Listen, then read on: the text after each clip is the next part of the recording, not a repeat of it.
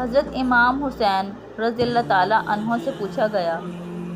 ایک مرتبہ کسی نے امام حسین رضی اللہ تعالیٰ عنہ سے پوچھا کہ آپ نے اپنے نانا صلی اللہ علیہ وآلہ وسلم سے کوئی بات سنی ہو تو ہمیں بھی بتائیں۔